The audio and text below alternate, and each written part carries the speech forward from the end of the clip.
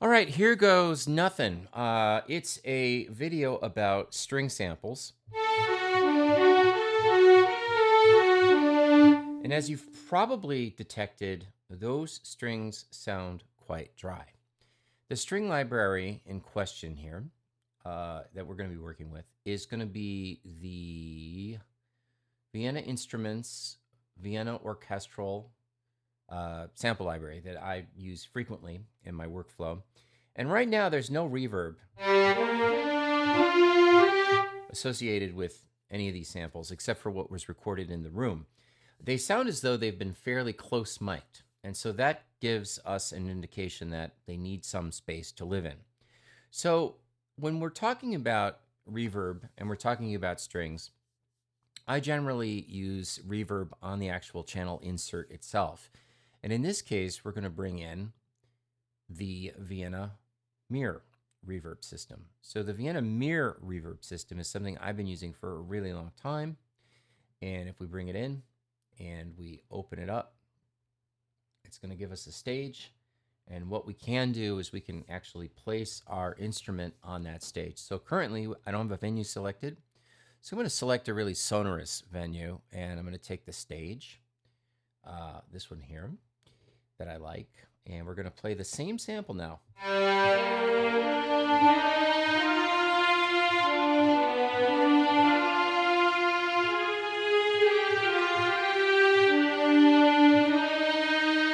It already sounds better. Now, if we zoom out and we look at the stage, we've got the main microphone tree right here positioned in the 7th row. We also have a microphone here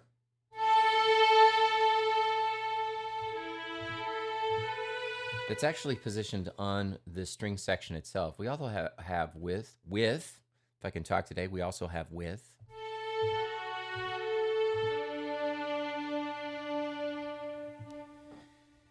And if we take a swivel around like this, we can see the main microphone is here. Now, the main microphone, we can now switch out, and I'm going to do that. I'm going to switch this out for a Blumlein mic. So I'm going to go to stereo Blumlein. So that's classic stereo. And we're going to use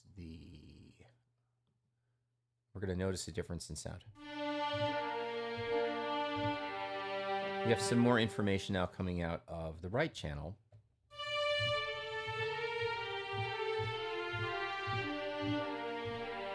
And we're hearing a much softer edge to the overall sound, which means that reverb placement really important. If we go back into our instrument, we move it over to this side of the stage.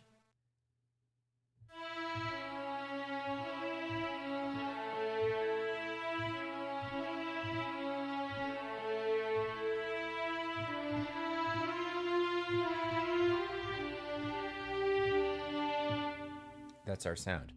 Now we're going to mess around a little bit with expression. And that's also very important. So if we open up our main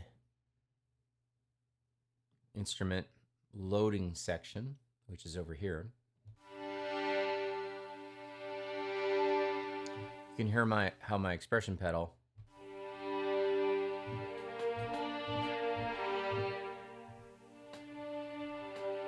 really has a lot of control over that sound.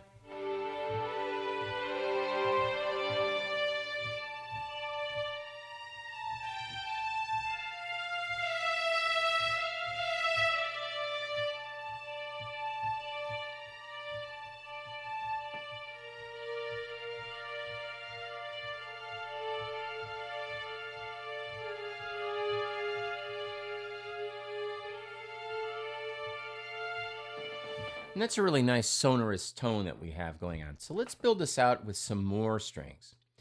So we're going to add another channel to our project, and I'm just going to create another track to work on. So I have to set that up in Logic, and I'll create a couple. and I'm going to go to channel 2. And when I open up my setup, which is right over here, it helps to have 2 screens when you're doing this, by the way.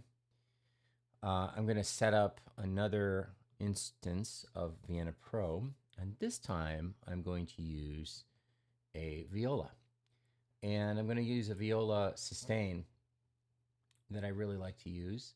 And I'm going to combine that sustain with no vibrato. So that's going to be a sustain, no vibrato, but a performance-orientated sustain. And on the front of that sustain, I'm going to actually mix a dynamic swell. So under dynamics, we can go in here and we can actually take a really nice dynamic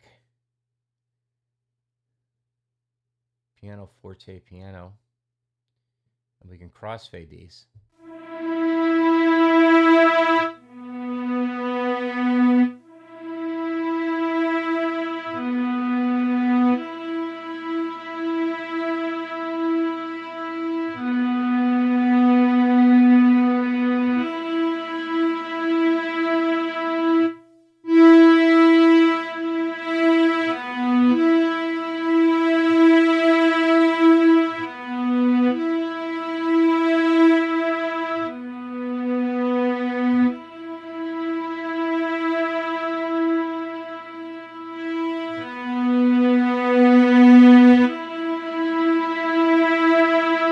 That little bit of swell in there. Now we're also going to place this in a hall as well, the same hall that we're working with the other violins. So we're going to place the violins in the same, or the violas in the same hall. And you notice that as it populates the hall, it's going to automatically default place these strings. So what we have to do now is we have to decide where we want to place them. We also have to decide how close we want the microphone. And we have something like this.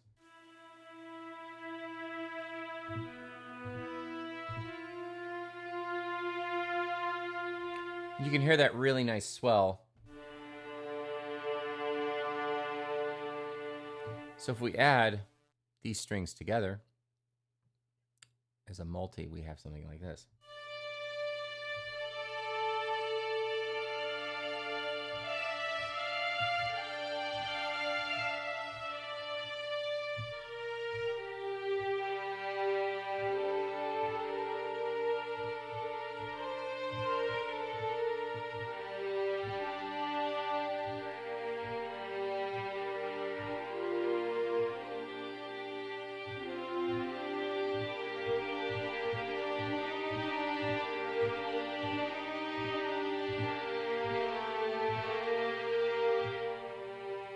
And that's a very forceful kind of dynamic.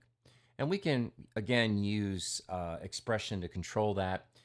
We can also use a different string library if we want within the MIR environments. We're going to do that next. Now, with this, I'm going to actually take on channel 3, I'm going to go back into my MIR player.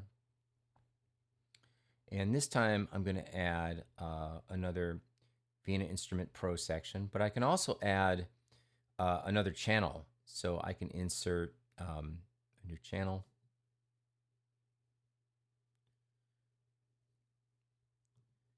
I haven't done this in a while. There we go. And on this channel, I'm going to load in a Spitfire instrument. And let's load in maybe intimate strings.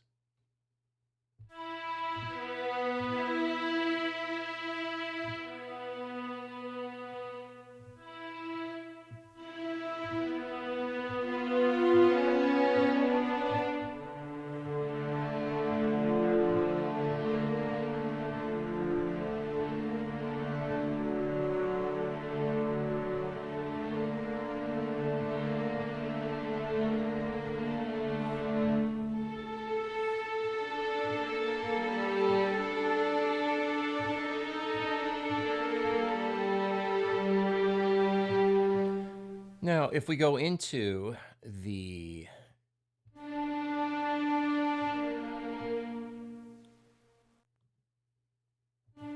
ensemble section, we can actually add this third party to the Vienna environment. And we can utilize not the reverb that's baked into the Spitfire instrument, but we can also use the reverb that's in the, within the environment of Vienna. So we're going to turn the reverb all the way down, and we're going to mess around with some of these.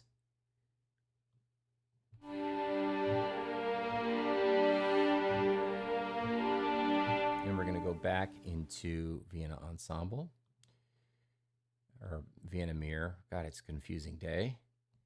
And we're going to move this up here. And so now we have this build.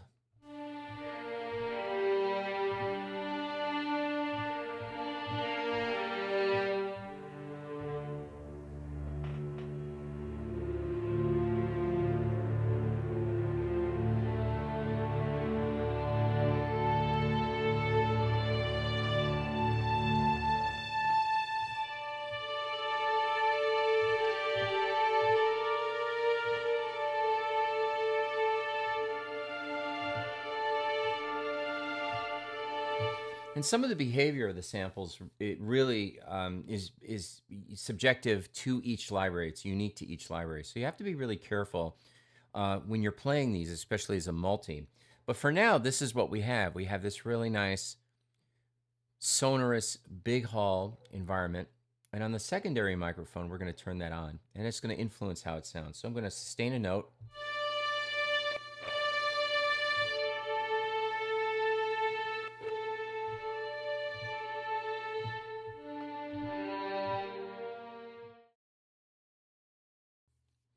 Okay, and now that we've got the Spitfire instrument in the hall, and I've added a secondary microphone, and I'll turn it on and off just so you can hear the difference. So this is it now.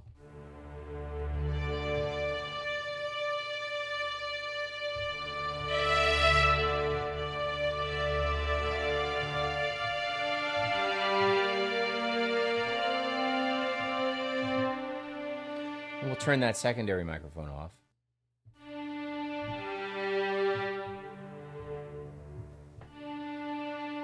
And then we'll turn it on. Kind of opens up the space a little bit.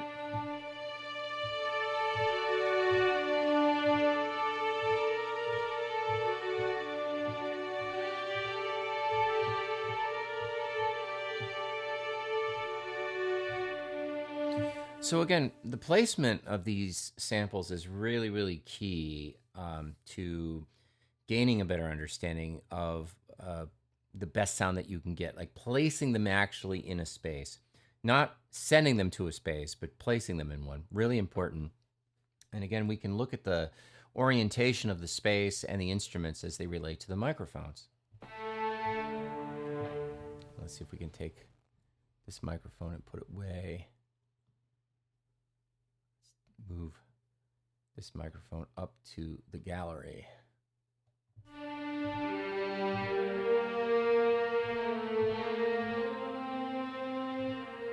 We'll move this back further.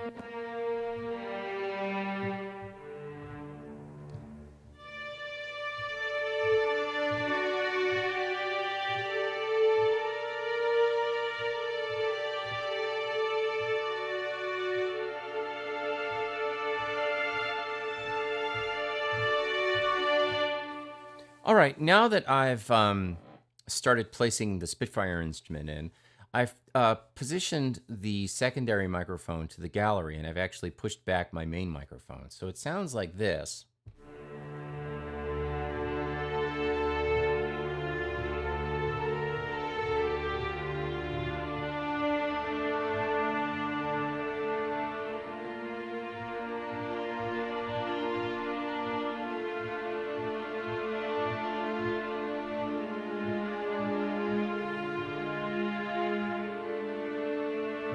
Different sound. If we push the microphones closer to the instruments, for example, conductor, and I'll change the perspective here so you can see it. And we take the secondary microphone and we position it also at the 15th row. It's going to sound different.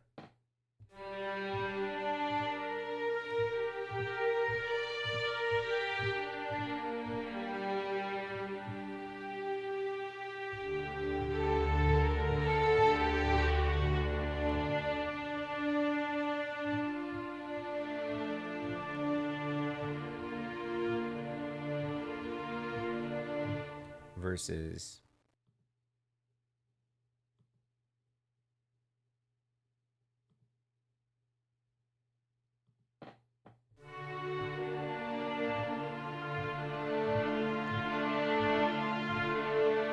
a lot more distance, a lot more space.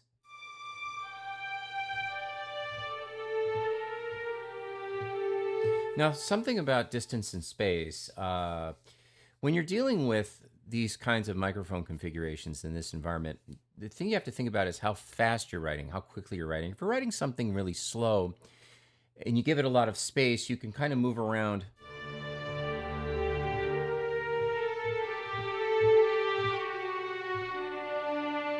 If you're playing faster,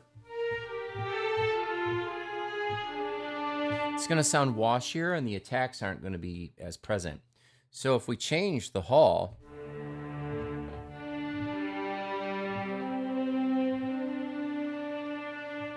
let's change the hall completely.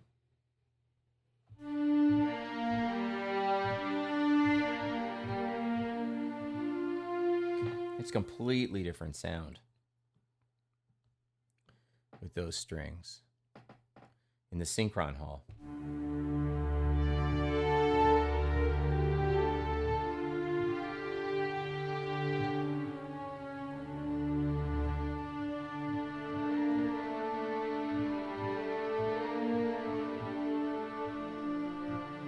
Very different sound. And as we keep adding strings, you can see how the relationship between the microphone, for example, the main microphone, the secondary microphone, as well as the microphone on the instrument itself, really can have a dramatic influence on the overall sound. Also, placement of instruments, also really important. So if we place our instruments in a different configuration,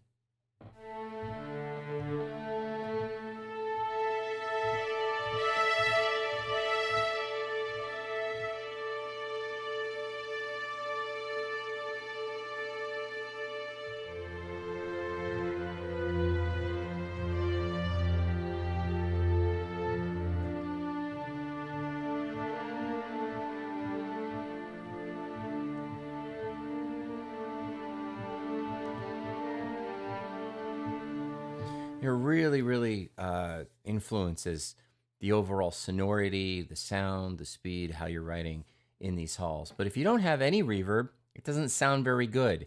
So even with these top quality kind of libraries that you're using, you need to have space considerations. Now let's talk about libraries that already have some space baked into them. And we're now going to open this up so that on my fourth channel here, we're going to add in, we're going to actually add a new MIDI channel.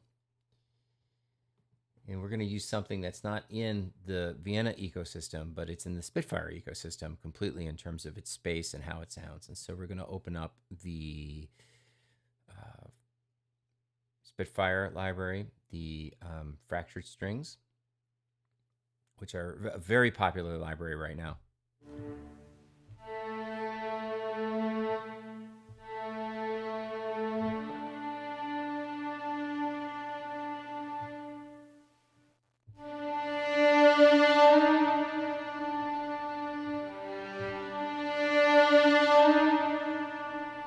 Or the statements.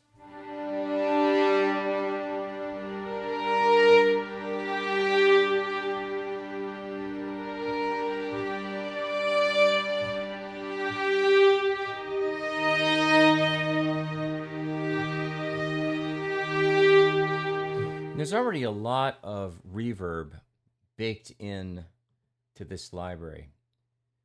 And so now we're using two different reverbs. We're using the MIR environment and we're using the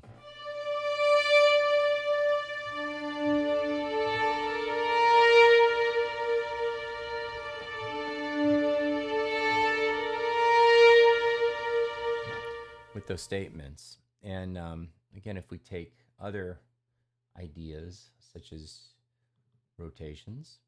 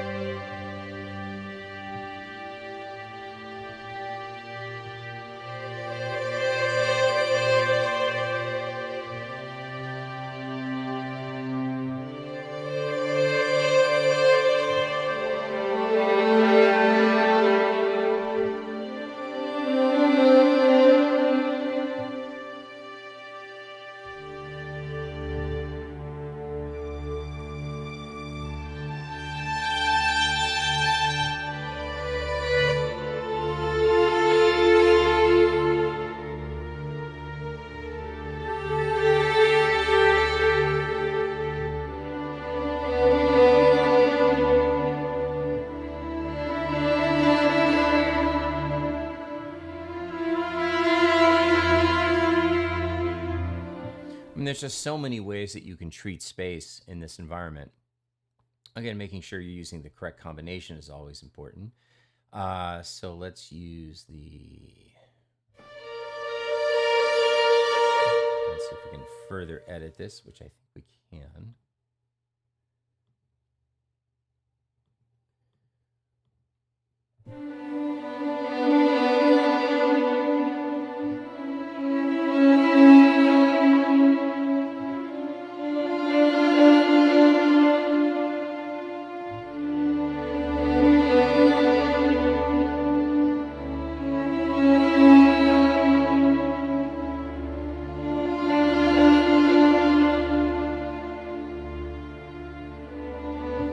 So let's try to build some more uniformity of sound in by taking these rotations and sticking them in the environment that we're using in MIR.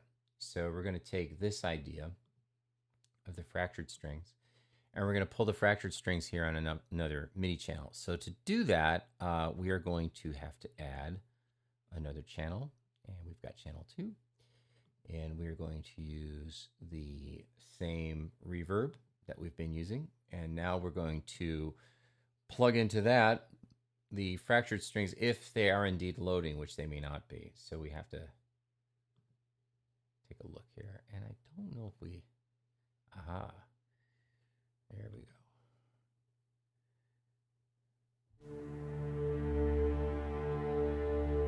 So now we have to pull in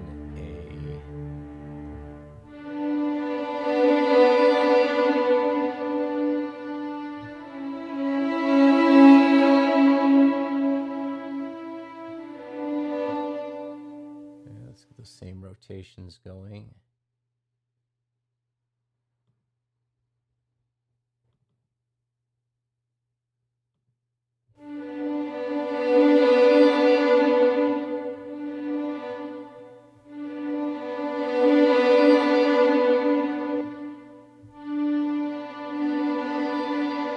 So now we have the fractured strings in the Vienna environment.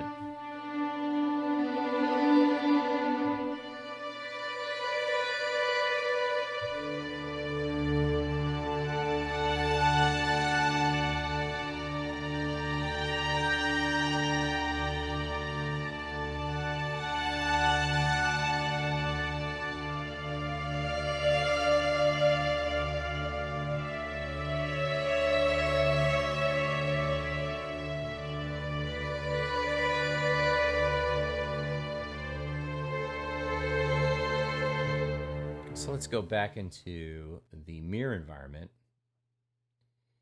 and let's see if we can pull these together. So this is where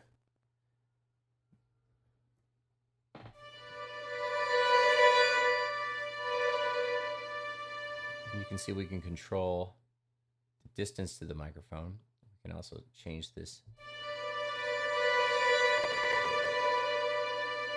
And we're going to turn the onboard reverb off that is contained in that particular library.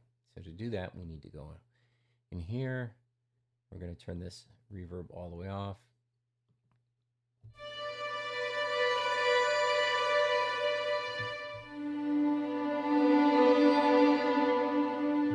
Now we have.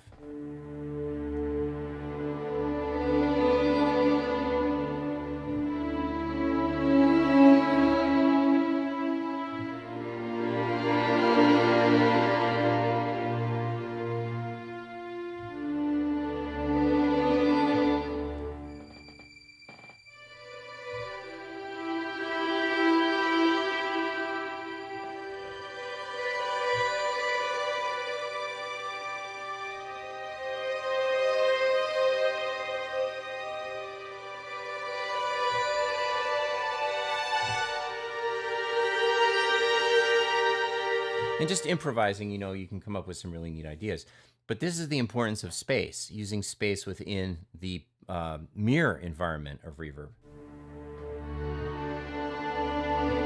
Which is so important in terms of getting that sound right. So hopefully this is a bit more of a deeper explanation as to what I've talked about before as it relates to Reverb. Have a great night.